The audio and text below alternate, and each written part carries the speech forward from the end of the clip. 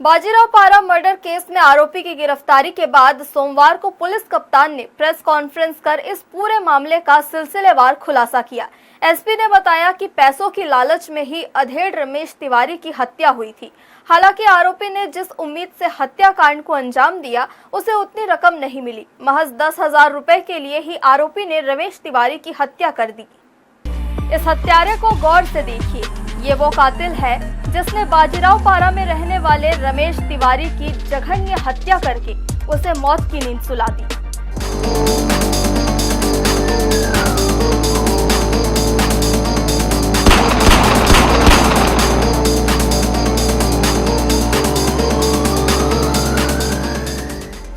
लेकिन इसके चेहरे पर शिकन भी नहीं है।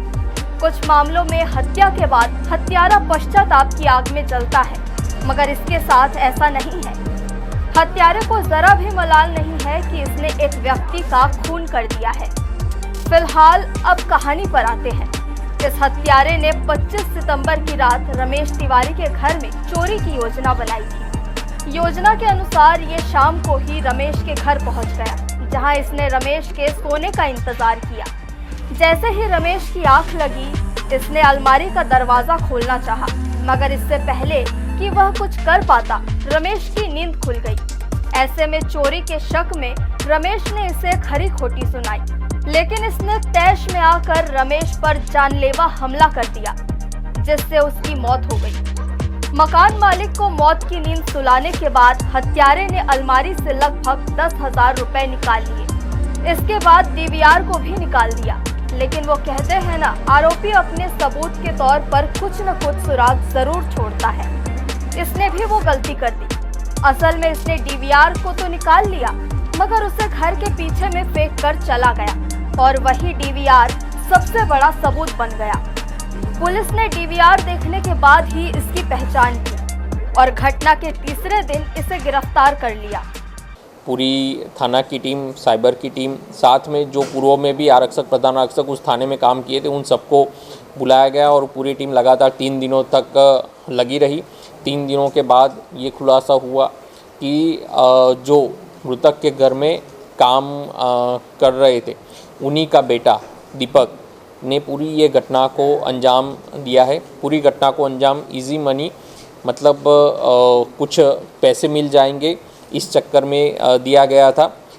क्योंकि मृतक ब्याज पे उधार में पैसे देते थे, तो आरोपी को ये अंदाज था कि उनके घर में अंदाजित 1,00,000 रुपये उसको मिल जाएंगे, 1,00,000 रुपये।